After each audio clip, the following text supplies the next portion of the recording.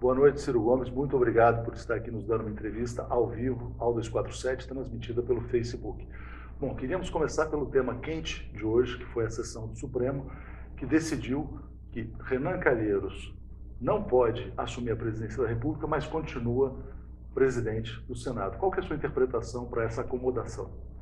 Eu vou lhe responder com muita dor no coração, porque eu sou um profissional do direito, eu sou professor de direito constitucional, embora as pessoas não saibam, eu sou advogado, militante, e o que eu estou vendo no Brasil me rememorou, hoje com muita dor, a frase do velho Rui Barbosa: o judiciário é o poder que mais tem faltado à República. E isso não só, por exemplo, na questão da apreciação do golpe de Estado, né, de um impeachment sem crime de responsabilidade, presidido por um ministro do Supremo, mas a troca de chumbo, né, vulgar, de um ministro dizer que o outro é doido, né, de um ministro dar uma liminar proibindo o presidente escolher de livre escolha um ministro. Um ministro pediu o impeachment do outro, Gilmar Mendes pediu do Marco Isso Aurélio. tudo é chocante e introduz na barbárie brasileira, né, que é uma consequência esperada por mim do golpe, introduz a última variável de insegurança, que é não contarmos com um judiciário severo, sereno, sóbrio, que é tudo que nós precisamos. Viramos uma terra sem lei, uma república bananeira. Eu jamais aceitaria chamar o meu país de uma república bananeira, mas nesse instante nós estamos em estado de anarquia. A origem disso, então, na sua avaliação, é o impeachment? O impeachment sem crime de responsabilidade? É o golpe. Isso gerou É o golpe de Estado, porque há sacralidades, né?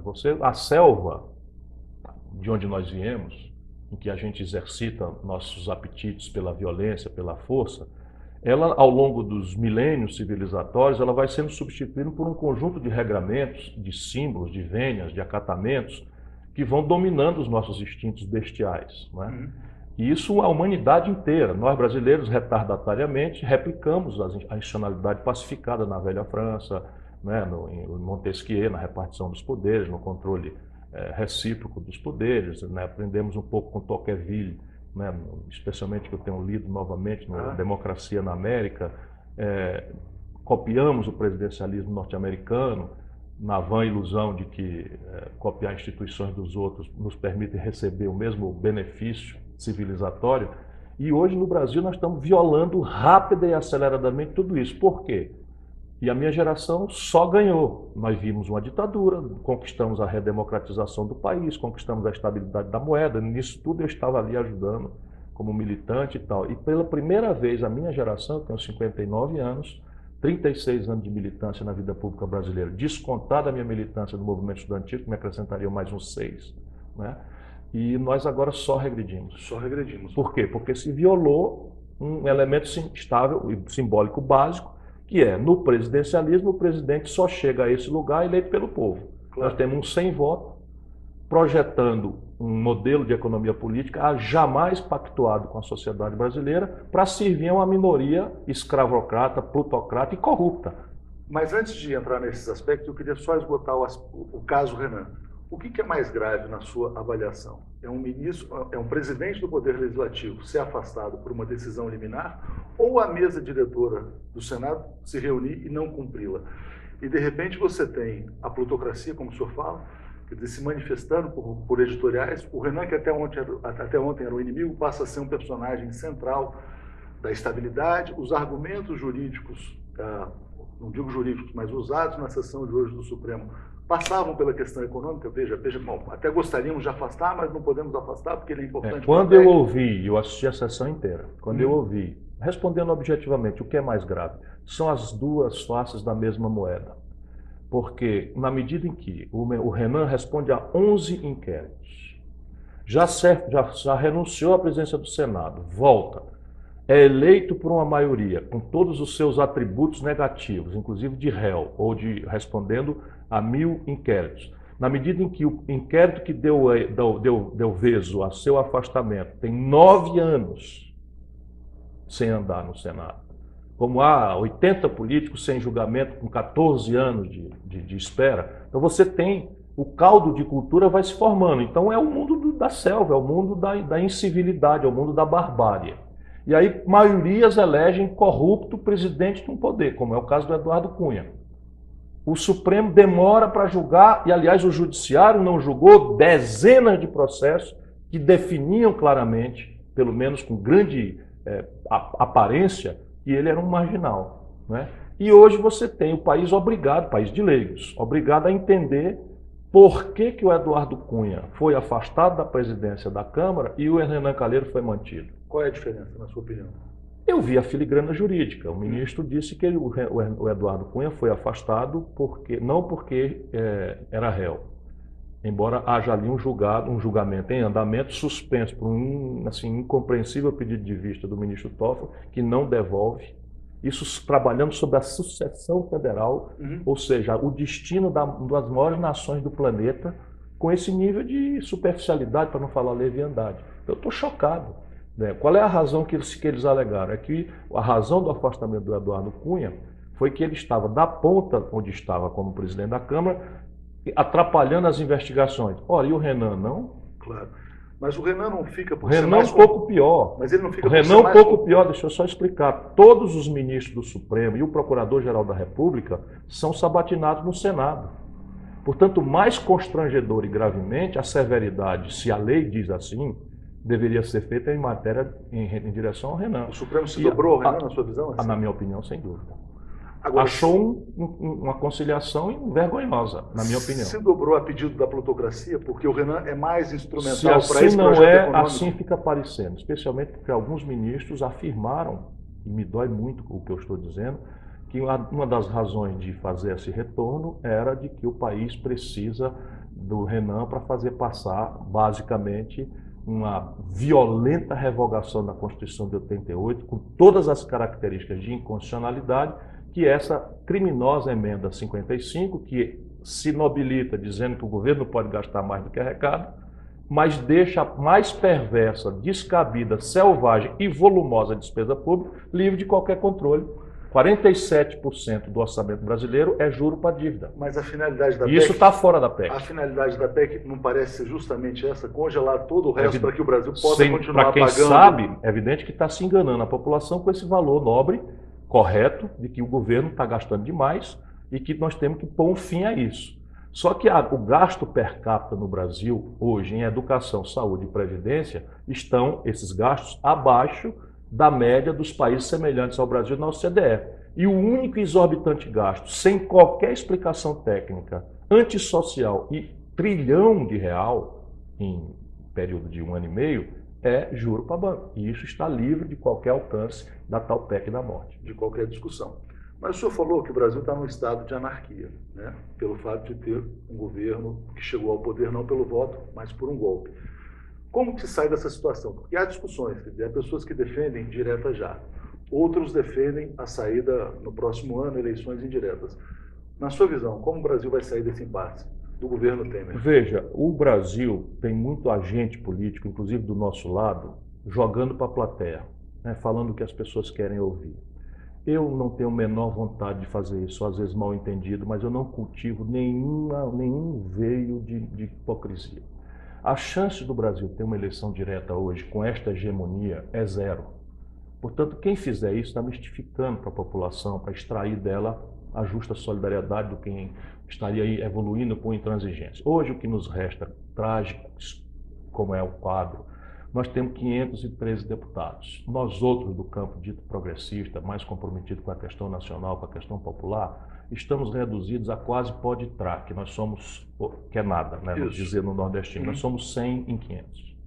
100 em 500. Sendo que nesses 100, você ainda tem uma turma do PT que inacreditavelmente vota a favor da anistia para o Caixa 2, coisa com a qual eu discordo violenta e determinantemente. Portanto, nem entre nós há consenso. Existe uma coisa. Então, o que a gente pode fazer? É exigir, cada dia que passa, a volta do respeito à constitucionalidade em vigor, até que haja um ambiente democrático, consentido pelas maiorias populares, para que alguma reforma dessa Constituição seja feita. Portanto, eu sou contra e estou postulando que nós devíamos lutar para que não haja nenhuma mudança institucional, assim como você em estado de sítio não pode mudar a Constituição, eu estou defendendo que em estado de golpe, nenhuma institucionalidade central do país seja mudada. Mas isso significa continuar com o governo Temer até 2018? Porque eu vou só Esse fazer é um o parênteses. ônus. Democracia é um regime de conquista, não é um regime de concessão. Repare bem, por que nós, vou botar nós para não sair agora a minha raiva, porque nós estamos pensando em construir saídas. Mas isto aí é a crônica de uma morte anunciada, quando o Lula, loucamente, irresponsavelmente, brincando de Deus, botou um sem voto como Michel Temer, com a história que eu e o Lula conhecemos dele, de 20 anos de corrupto, de associado ao que há de mais podre, mais fisiológico, mais reacionário na história brasileira, o Lula, inacreditavelmente, sem necessidade, bota o Michel Temer na vice. Não era o preço para ter o PMDB como aliado? Sim, mas por que ter o PMDB como aliado organicamente? Por que ele não fez o Michel Temer ser vice dele próprio, Lula? Botou o Zé Alencar e fez o Zé Alencar sair do PMDB? Claro. Ele fez a Dilma é uma pessoa inexperiente, sem traquejo político, com um profissional da molecagem política na vice. Pedimos isso. Agora é trincar o dente e atravessar. Tentar pelo menos preservar o que resta de Constituição. E que a elite pague, né, a mistificação de esperar a austeridade de um governo com as características do Michel. Voltou? Estava dizendo que hoje nós estamos vivendo a maior farra fiscal desde Fernando Henrique, que foi o governo fiscalmente mais irresponsável que eu conheci na vida. Os números estão aqui à sua disposição. Mas esse ano, o déficit nominal será de 450 bilhões de reais e o déficit primário, o maior da história brasileira, sem segundo lugar, 200 quase bilhões de reais. Exatamente. Tudo para juro de dívida. A Receita Pública despencando, 14 estados quebrados, entre eles Rio de Janeiro, Rio Grande do Sul e Minas Gerais, 3 estados centrais da Federação Brasileira. Já em calamidade. Isso, veja, e liquidez, e não vai escapar ninguém. Claro. E isto é o maior colapso fiscal da história. E sabe o que é que estão semeando? Uma crise no setor financeiro. A elite é tão estúpida, egoísta e curto-prazista que está dando um tiro no pé. Você vai ver, a partir do que eu estou lhe dizendo, como o Banco Central vai cair em si e vai começar a correr com a queda na taxa de juros. Porque hoje a quantidade de crédito de recuperação duvidosa é o maior da história, a inadimplência é a maior da história, a quantidade de recuperação judicial, as antigas falências e concordados, o maior da história, 12 milhões de desempregados, vamos a 15 milhões no ano que vem. Mas eu vou colocar um ponto que o senhor falou, olha, bom, é a institucionalidade, é o preço a pagar. Vamos usar um exemplo usado pelo ex-presidente Fernando Henrique Cardoso, que chama o presidente Temer, gentilmente, de Pinguela. É uma Pinguela. Esse é o apelido, Pinguela. E se a Pinguela cair, vamos ver o que acontece. Há risco dessa Pinguela cair por uma convulsão social? Não, enfim. Ele pode correr com a cela, já revelou-se, como a gente também, quem conhece sabe, é um frouxo, é um covarde, assim, como todo traíra, é um covarde. O cara fica calculando se vai levar vaia, e não vai para as coisas. É um frouxo, não vai.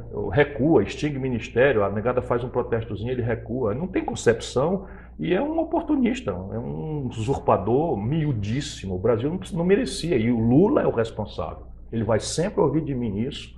Não que eu queira criminalizar a vítima, porque afinal de contas o Lula agora virou vítima também, nisto eu sou solidário a ele. Mas ele é o responsável por isso, contra a minha opinião, dada na data. Agora, vai cair. Ou pode correr com a cela, ou talvez o TSE, como um fusível da plutocracia, dado que ele não está entregando. Correr com a cela é renunciar? Correr com a cela é pular fora, né? Tem uma expressão mais chula que eu agora não falo mais. Tudo bem. Não, então, o que tem aí, o fusível, é uma anulação da chapa pelo TSE, que está como espada de Damocles, obrigando o Temer a correr com a agenda plutocrata, entregar o petróleo, já foi feito. Isso. Inclusive, na mesma calada da noite, aproveitando o choque da tragédia que aconteceu com nossa Chapecoense, ele sancionou naquela mesma noite, né, a entrega do pré-sal aos estrangeiros, que é um dos grandes crimes que esse canalha vai responder perante a história. Né? Não há outra palavra para definir como eu conheço esse cidadão e a sua banda. Padilha, Gedel, Moreira Franco, tudo isso é quadrilha. Quadrilha, não tem outro nome. O Brasil é governado por uma quadrilha? Uma quadrilha, sem dúvida nenhuma. Está dito isso desde sempre. E você vai ver cair de um por um. Nesse momento, o Padilha... Já foi o Gedel. O Padilha, nesse momento, está com os bens bloqueados. Isto é a República Brasileira. No governo Fernando Henrique, ele era chamado em Brasília por Eliseu Quadrilha, porque o ministro dos Transportes pagava o mensalão do PMDB dali de dentro, do governo Fernando Henrique. A minha tragédia é estar olhando essas coisas todas há muitos anos e conhecer essa gente inteira. Pois bem, caçada a chapa, a Constituição manda fazer uma eleição indireta pelo Congresso Nacional. Mas há uma emenda que pede eleições diretas. A sua posição seria defender a eleição indireta ou a eleição direta já? Não, eu defendo o rito da Constituição porque, volto a lhe dizer, era muito mais simpático eu dizer, como eu sempre disse, né, que tinha que ser uma eleição direta já. Sabe qual é a chance disso passar? Zero. E eu não vou mentir para a população para fazer. Mas é possível ter uma eleição indireta por um parlamento? Não, vai dar. De pé de laranja não sai maracujá. Mas vamos imaginar 300, 200 parlamentares investigados. Vão eleger alguém dessa turma. E eles estão querendo agora, por causa da elite está exigindo, eleger alguém que seja mais respeitado pela imprensa. Não é questão de ser respeitável, é respeitado pela imprensa. E os dois nomes que eles estão cogitando abertamente em Brasília, chama-se Nelson Jobim, se o PMDB tiver a força, ou Fernando Henrique Cardoso, se o PSDB tiver a força. O Fernando Henrique já falou que prefere eleições diretas. Mentindo, como ele costuma fazer. Está se preparando para assumir o poder nas eleições indiretas. Mas será que ele não percebe o risco de assumir uma condição econômica tão degradada? Tentará impedir que as eleições de 18 aconteçam. Porque aí haveria tempo de uma recuperação. É isso aí. É golpe, é selva, é barbárie. Pois é, mas a expectativa, por exemplo, de que o golpe recuperasse a economia já se frustrou.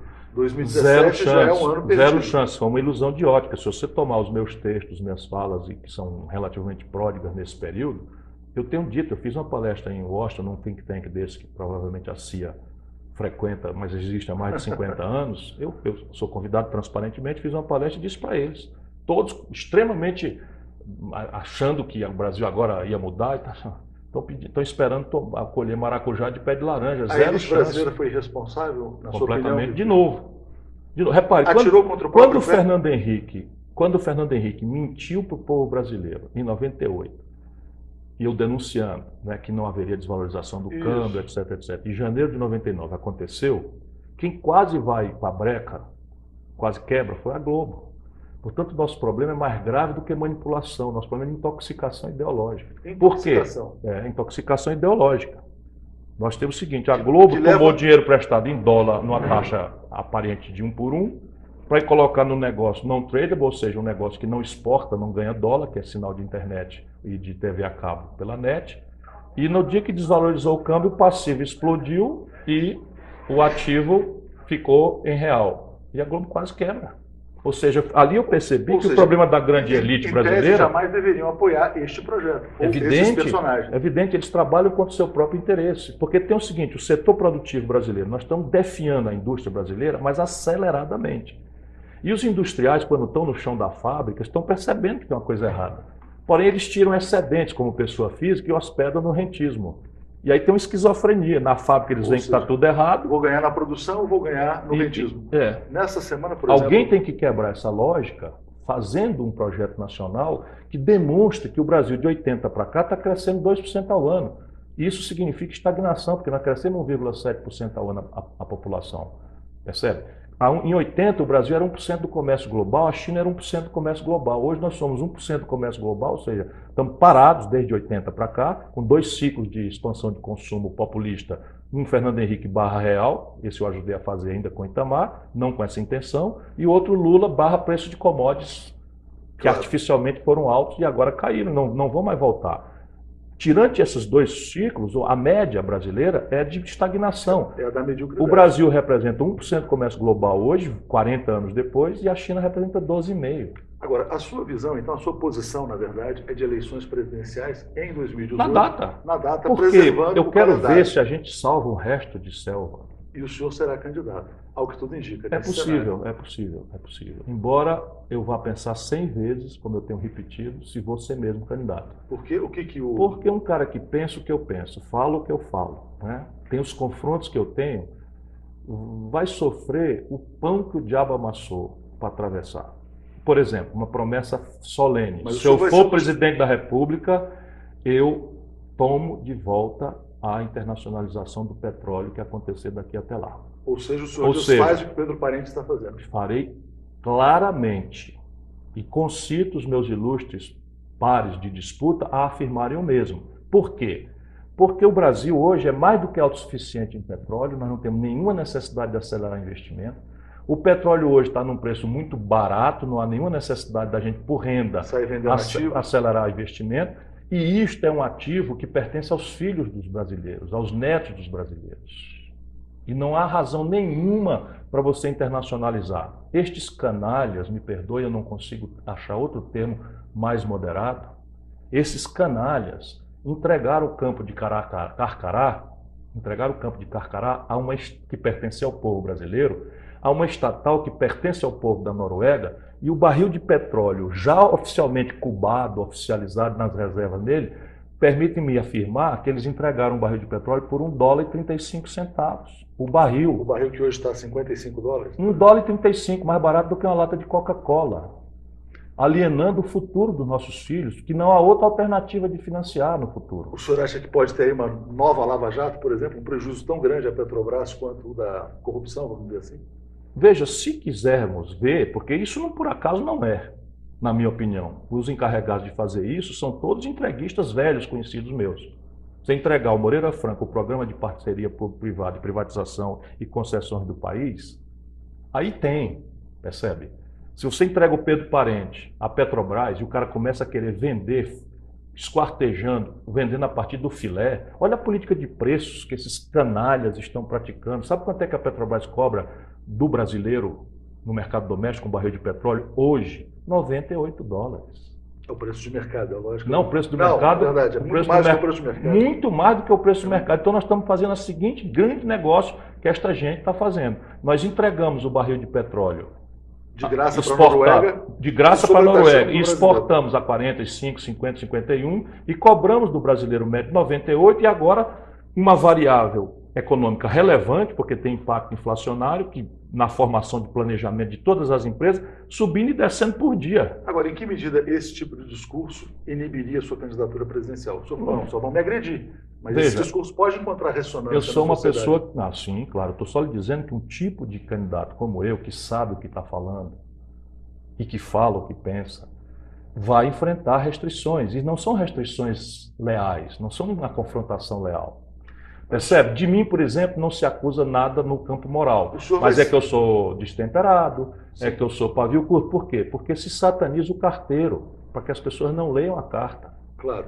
O senhor vai ser um dos poucos políticos brasileiros não atingido por Odebrecht, OAS, delações, ao que tudo indica. Pelo menos isso é uma decisão tomada de vida. E nada mais é do que a minha obrigação. Até o presente momento, eu compreendo o que você está dizendo até agora, mas até o presente momento em que eu lhe falo, nós estamos falando ao vivo, eu tenho 36 anos, eu comandei a economia do Brasil, o 8º estado brasileiro, a 5ª cidade brasileira, fui ministro da Integração Nacional, fiz o projeto de São Francisco, o projeto da Transnordestina, interagi com todo o campé de expressões de poder econômico no Brasil, nunca respondi a um inquérito sequer para ser absolvido. Como também tenho tido vontade de dizer para esses canalhas que estão fazendo agora essa crueldade com os trabalhadores rurais do Nordeste, com os trabalhadores da construção civil, que não têm expectativa de vida para chegar em 65 anos, obrigando o nosso povo a trabalhar 49 anos para poder merecer. Estou dizendo, esses canalhas, todos se aposentaram precocemente. Eu, Ciro Gomes, não tenho nenhum valor se eu agora acontecer, mas quero dizer, implementei direitos a essas imoralidades, ex-deputado, ex-prefeito, ex-governador, nunca aceitei receber. Por quê? Porque eu quero me comportar e poder ter o direito de fazer o que eu faço. Claro. Trabalhar pelo Brasil, independentemente se eu tenho uma compreensão ou não. Chegaremos na Previdência. Mas falando de 2018, o senhor acha que eventuais adversários serão eliminados por essa questão ética? Quando se fala, por exemplo, em delações que envolvem Aécio Neves, José Serra, Geraldo Alckmin, Santo, Careca... Não será. Não será, porque a ética no Brasil é uma ferramenta de manipulação de opinião pública. Entre as elites não há menor comprometimento ético. Sabe qual é o compromisso da Globo com a ética? Nenhum. Sabe qual é o compromisso dos bancos no Brasil, no país com ética? Nenhum. E do judiciário? O judiciário é seletivo na sua visão? Ah, completamente. Completamente. Assim, mas assim, por média, ainda tem uma certa preocupação com a decência, mas também muito dramaticamente relativizada. Você veja só qual é a maior punição que você faz para um juiz que vende uma sentença no Brasil? Aposentadoria com salário integral. E quando você bota isso em discussão, vira... Enfim, é porque os políticos também não merecem mais respeito. Quando mas se discute a lei de abuso de autoridade, o Renan é caçado os políticos perderam a compostura, perderam a decência, perderam a respeitabilidade. E isso se entende. Mas repare bem, nós estamos sendo pessoas que, suponho, né, Eu compreendo a exasperação do povo, a revolta, é a minha. Mas eu sou obrigado a não ir nessa onda, sabe? A não falar bobagem só porque agrada as pessoas. O maior punição para um juiz que vende uma sentença aconteceu no Ceará agora. 2 desembargadores do Tribunal de Justiça do Ceará foram pilhados vendendo sentença em horas de plantão, libertando traficantes de alta periculosidade. Punição, aposentadoria compulsória com 100% dos salários. Claro, mas por mais que a mídia não tenha compromisso com a ética, que a justiça seja parcialmente ou Então, repare em bem. alguns pontos seletiva, é possível, na sua visão, por exemplo, que um personagem como José Serra, citado como recebeu O Serra 23 está milhões mais da ou menos Suíça, fora de combate, mas repare, você sabe outros, disso por e eu exemplo? sei também. Mas no Brasil, o povão só toma notícia de escândalo se ele for novelizado em tempo nobre na Globo. e não serão. Nunca foi, o Serra nem notícia foi. 23 milhões de reais, e ainda quem deu a notícia, que foi a Folha, ainda chama isso de Caixa 2. Caixa 2, teoricamente, seria um crime menor ou um não crime, porque seria dinheiro não contabilizado para financiar a campanha. Como é que você financia a campanha com dinheiro guardado na Suíça? Precisava ser lá? Quer completar o escândalo? Agora, com essa lei de repatriação, o Ronaldo César Coelho, que é o testa de ferro desses 23 milhões, botou o dinheiro para dentro. Ou seja, já está E anistiado, essa notícia legalizado. não saiu. Eu sei porque tenho amigos por aí afora. Ou seja, Então, repare bem, o Alckmin, por exemplo, né? Alstom, metrô, não sei o que e tal. Quem é que não afirma que o Alckmin é um homem sério? Mesmo eu não vou afirmar que não seja. Mas porque nunca foi investigado, nunca foi novelizado em horário nobre, isso, né? ou seja, então em O 2018, Aécio, qual é a sua visão sobre o Aécio? Não. Tem um tema muito polêmico hoje nas o redes sociais, Aécio, que é a eu tenho foto até de ontem. pena, de novo, eu A tenho foto sentido lá- dor no coração, né? Porque, em nome da minha convicção com o Brasil, da minha preocupação com esse estado de anarquia, eu me sinto obrigado a não homenagear mais nem as amizades que eu tenho, mas o Aécio é um nada. Qual foi a Não, participação nada. dele nesse processo, por exemplo? Se ele tivesse aceitado o resultado eleitoral, a história seria diferente hoje? Eu atribuo a 3 interesses externos e um interno o que aconteceu no Brasil. O primeiro interesse interno é a mentira eleitoreira marketológica da Dilma.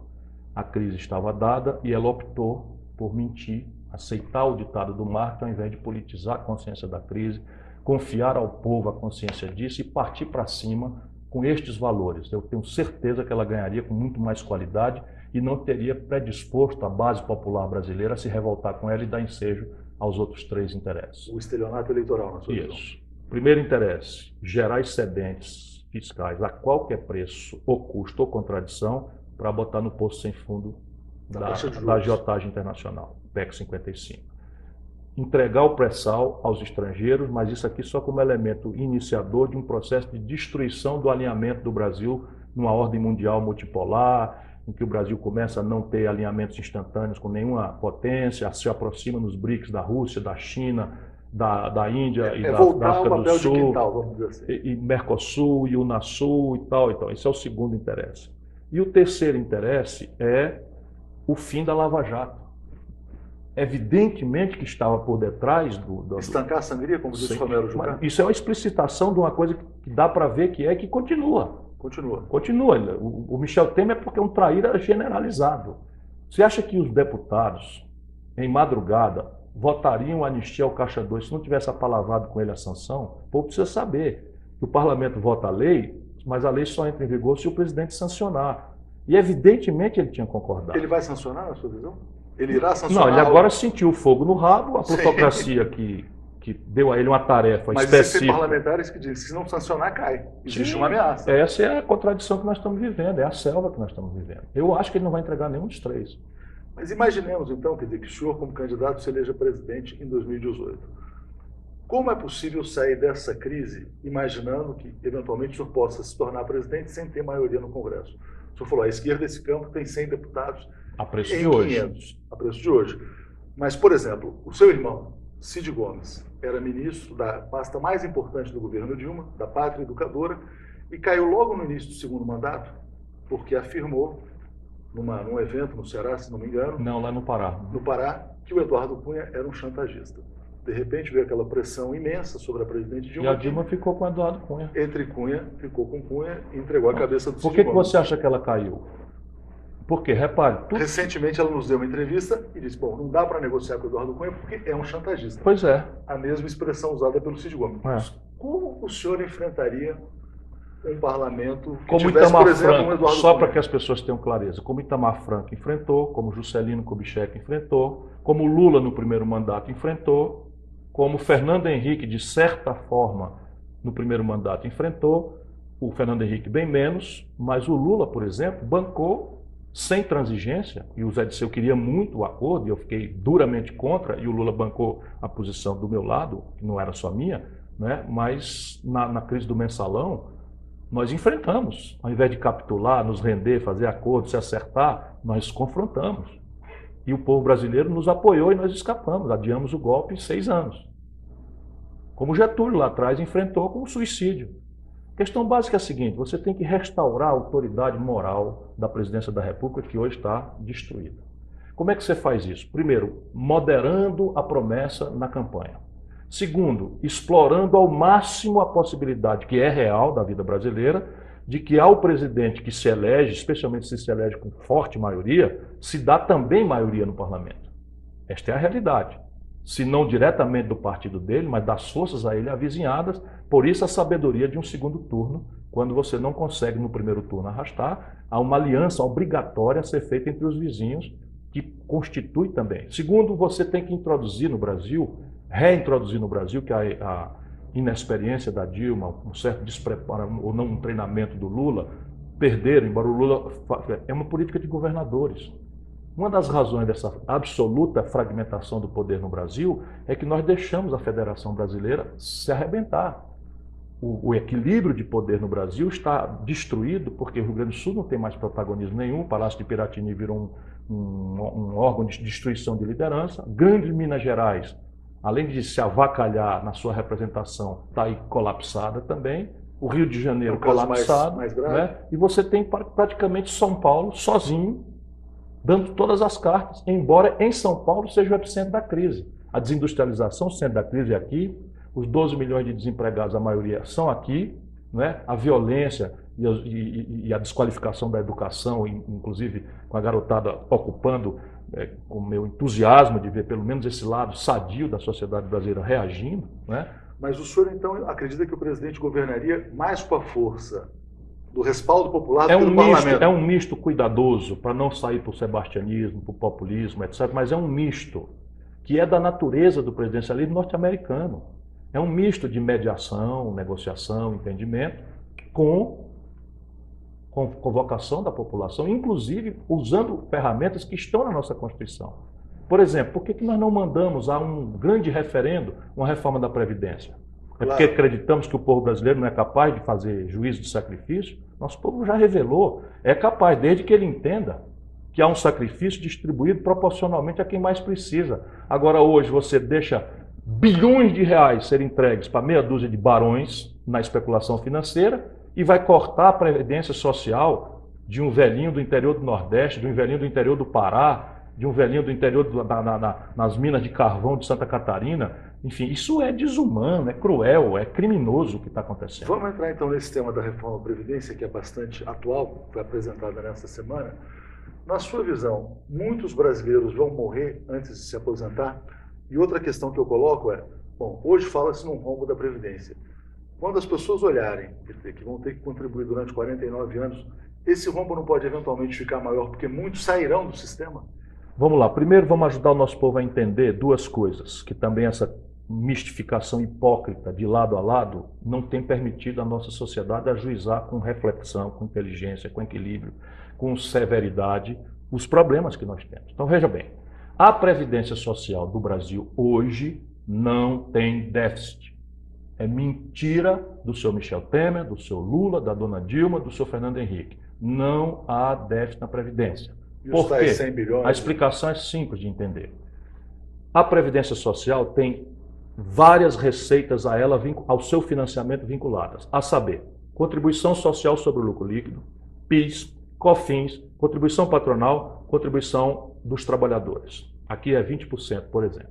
A soma disso aqui, hoje, mais que paga e sobra a Previdência tal como ela está hoje.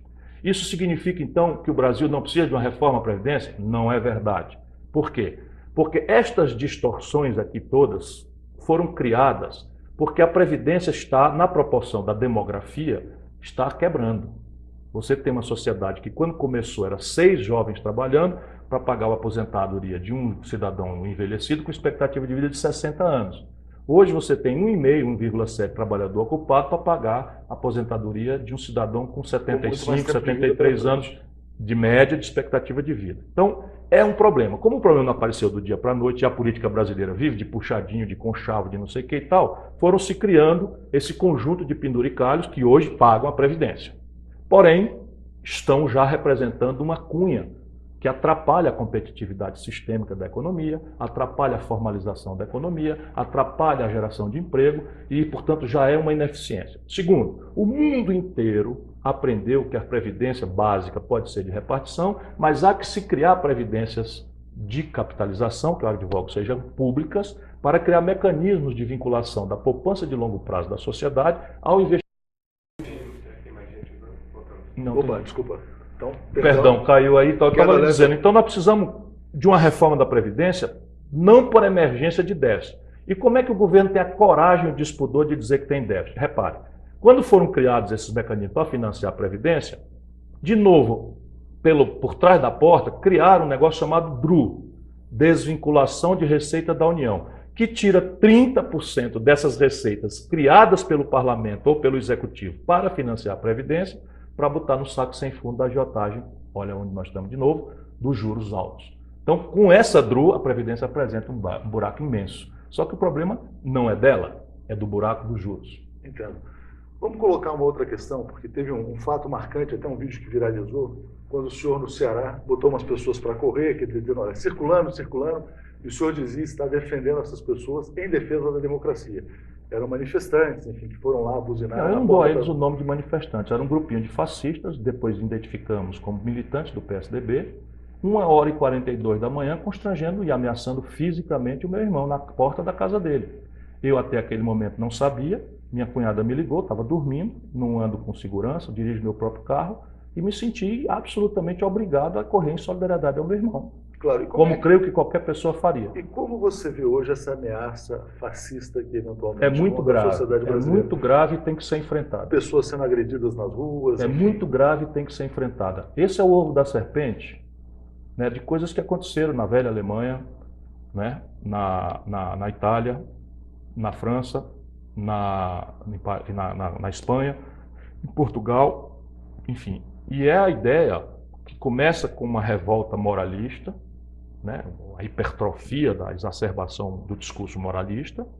Uma coisa é você ter moral e decência, outra coisa é você fazer disso um fim político, para desqualificar os outros e se atribuir uma vantagem humana que lhe faz superior. Porque o fascista ele precisa criar categorias psicologicamente inferiores para ele fazer valer uma pseudo-superioridade moral, uma arrogância, uma prepotência, um autoritarismo que lhes são inerentes. E a partir daí começa a exercitar as suas razões de forma arbitrária, intolerante, enfim. Isto tem que ser confrontado.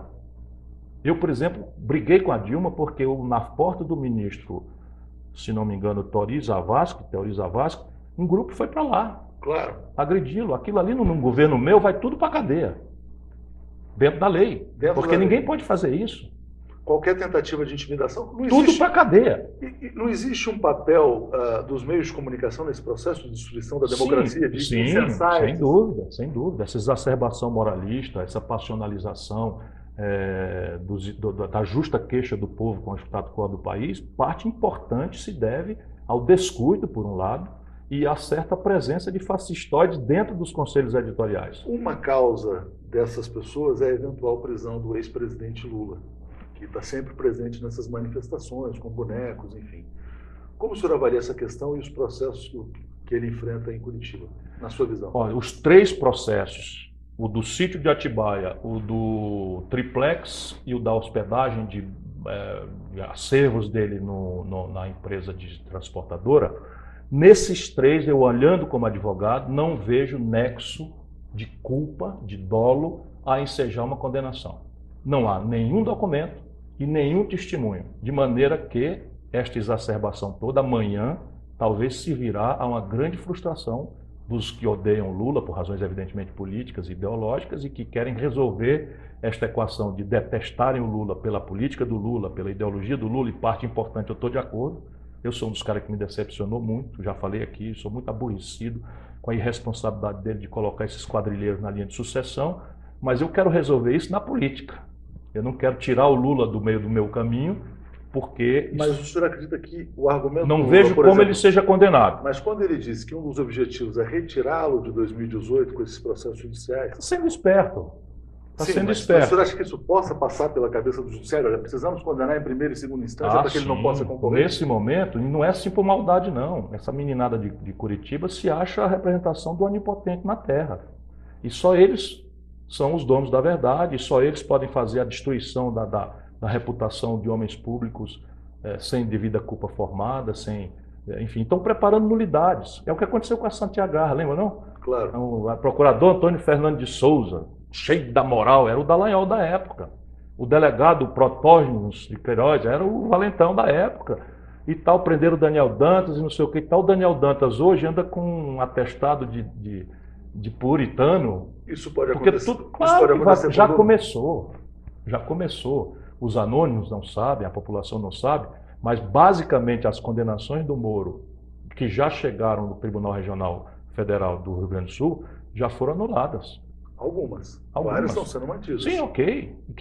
Que paguem caro todos os pilantras do Brasil, que ninguém me confunda. Que paguem severa e muito caros, sabe? Muito caro aqueles pilantras, safrários, seja de que lado for. Agora, ainda que o Lula possa ser um candidato em 2018, o senhor defende que ele concorra ou que se construa a chamada Frente Ampla das Esquerdas? Nem uma coisa nem outra. A minha vida não é fácil. Porque eu acho que a gente tem que pensar com a sofisticação que o momento pede. Já disse, sem qualquer tipo de desmerecimento, que uma candidatura do Lula em 2018 é um desserviço ao Brasil e a ele próprio. Por quê? Porque se ele for candidato, e eu espero que pelo menos o direito de ser ele tenha, e a gente resolva as nossas diferenças pela mão do povo, eleitoralmente, sem essa coisa de tirar a pessoa da jogada por expedientes. Se ele tiver culpa, também que pague. Também não quero saber de passar... Ninguém está acima da lei. Porém, o desserviço é que ele projetará para os próximos 4 anos o que estamos vivendo hoje. Conflito. A confrontação odienta, radicalizada, miúda, né? Que inclusive não respeita o ritual, como está visto aí pelo impedimento golpista, uma cassação de mandato sem crime de responsabilidade, né? E a ele próprio, porque ao invés de ele fazer neste momento um papel de grande estadista, né? O rei Juan Carlos, na Espanha, cumpriu esse papel, foi treinado, foi educado pelo Franco, né? Que o generalíssimo Franco, o nazifascista da Espanha, a esquerda era republicana e ele monarquista, então ele protegeu o Juan Carlos, educou o Juan Carlos, e o Juan Carlos, assim que o Franco morreu, coordenou, né, a transição como chefe de Estado, e deu-se no Pacto de Moncloa, apareceu esse jovem talentoso Felipe González, e a Espanha andou. Hoje está ferrada na esteira dos escombros da tragédia neoliberal. Esse é o papel que o Lula tem, né? Construir, dar passagem, usar a grande força que ele tem no povo, no mundo, para ajudar a construir uma coisa nova para o país. Mas o senhor não acha que para que ele possa exercer esse papel, ele tem que ter um pouco de paz também? Assim, isso é um direito dele. Isso é um direito dele. Quer dizer, o primeiro direito, o mais sagrado direito de qualquer cidadão é sobreviver, né? É ter a presunção de sua inocência respeitada, é ter direito ao contraditório, à ampla defesa, aos recursos a isso inerentes. Ele tem esse direito e é minha solidariedade completa nisso, né? Agora, imaginando, então, o senhor se eleja presidente em 2018, quer dizer, o Brasil vem passando por um estrago econômico inédito. A economia caiu 5% no ano passado. Nós caímos 10 pontos em 24 meses. Isso, nunca houve na história desse país nada parecido. Qual que vai ser o remédio para fazer o Brasil andar novamente a partir de então? Voltando. Então, só fechando, o remédio... Na eleição, nós temos que pactuar com o povo esse remédio. Para mim, nós temos que recuperar algumas verdades que foram destruídas ao longo desse processo de prostração neoliberal, legitimado pelo PT, inclusive. Fernando Henrique introduz, dando organicidade ao que o Collor empiricamente começa, e o Lula aperfeiçoa e dá isso qualidade de projeto com efeito popular, o que não é verdade. O efeito popular vem, volto a dizer, de um ciclo originalmente inédito e que não se reproduzirá mais, de preços altos dos produtos tradicionais do Brasil, minério de ferro, petróleo, soja, milho, etc. Pois bem, primeiro, nós precisamos trazer de volta a ideia de que o Brasil tem que ter um objetivo nacional ou consensual, e não é provável que seja, ou claramente afirmado por uma esmagadora maioria lúcida. O país tem como objetivo estratégico superar a pobreza e a desigualdade. Bota isso aqui. Qual é a tática para isso? O Brasil tem que tomar a decisão de crescer a economia. Aí você deve estranhar, mas isso não é uma decisão? Não. Hoje, crescer, ter emprego, salário no Brasil é um efeito colateral que acontece ou não acontece da manipulação de 3 ferramentas que nos foram vendidas como ciência boa e que são ideologia ruim. Meta de inflação, câmbio flutuante e superávit primário. Evidentemente que a satanização já vem assim, como se eu estivesse aqui a advogar que o método de meta de inflação que eu condeno seja uma frouxidão com controle inflacionário. Não me confundam. Eu fui ministro da Fazenda, entreguei com inflação zero, tendo recebido com 3% de inflação no mês. Entreguei com zero. Não tenho compromisso, no plano real. Segundo, sanidade fiscal é bom e o mundo progressista deve gostar. Por quê? Porque o Estado só é poderoso na proporção do excedente de poupança que ele tem para financiar uma intervenção no enfrentamento da doença, no enfrentamento da violência, no enfrentamento da deseducação, na resolução das infraestruturas que superam os desequilíbrios regionais do nosso desenvolvimento, a produtividade sistêmica, a competitividade da nossa economia. Portanto, sanidade fiscal é bom e tem que ser perseguida. Eu sou virgem em déficit, ministro, governador, prefeito, nunca pratiquei um dia sequer, mas a forma de apuração hoje é imbecil, é estúpida. E por fim, câmbio flutuante. Nenhuma nação séria do mundo pratica uma taxa de câmbio hostil ao seu produtor e estimuladora do seu consumismo suntuário.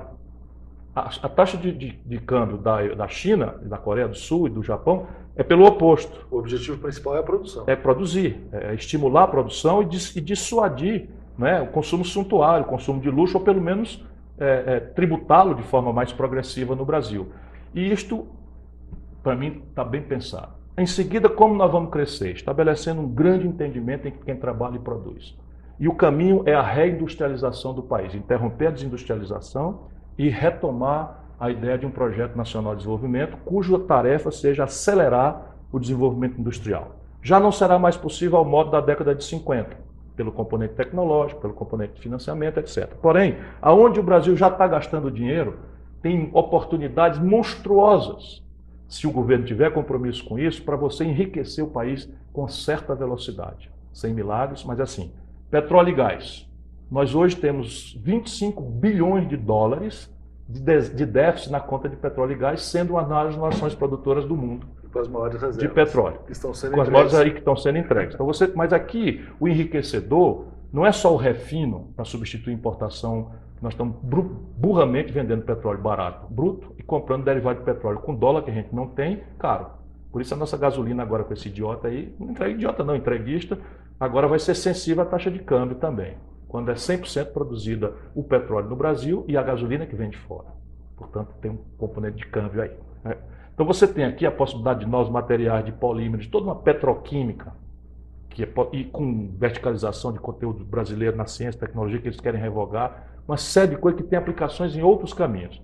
Aqui o primeiro bloco. O segundo bloco, complexo industrial da saúde. O Brasil, o Estado Nacional Brasileiro, gasta 17 bilhões de dólares por ano importando fármacos, prótese, cama de hospital, coisas que com engenharia reversa, patente vencida que já tem, você pode produzir em qualquer lugar do país, gastando menos e gerando oportunidade de trabalho, emprego, empreendimento para milhões de garotos, jovens que estão aí nas nossas universidades e que estão vendo o futuro com grande ansiedade e medo. Depois o complexo industrial da defesa.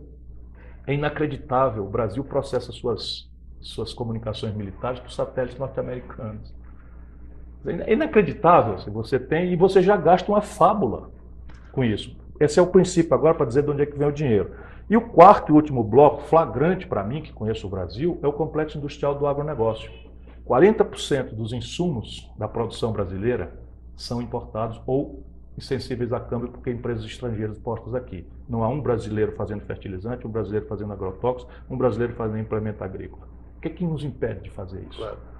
Isso aqui é um pouco o começo da conversa, né? E você, para reverter expectativas, você vai ter também que ter um programa de consolidação de passivos da empresa nacional brasileira.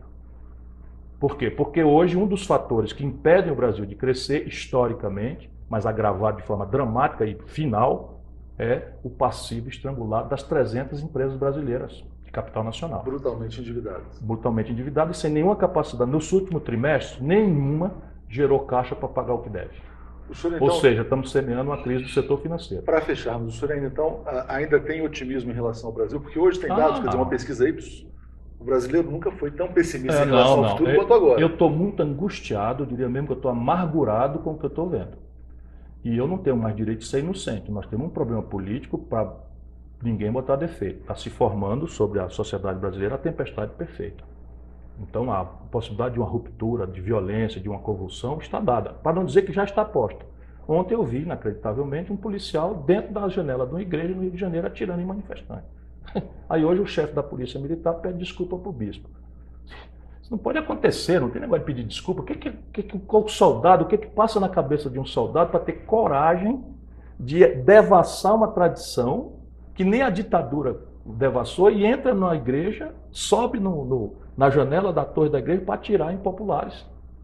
O que é isso? Derrubou o presidente? Meu irmão, tá do pescoço para baixo é canela. Barbárie. É barbárie. Nós estamos assistindo essa barbárie. Então, uma das grandes tarefas políticas é restaurar a autoridade moral da presidência da República. O senhor acredita num pacto unindo todas as forças? Ou vamos chegar Não creio, porque esse problema do liliputianismo, do apequenamento, também está na esquerda. Também está na esquerda. Sabe, a miudice, a mistificação, a não crença no povo, também está entre nós. Entendo. Ciro, muito obrigado pela entrevista. Obrigado a você. Até a próxima oportunidade. Obrigado.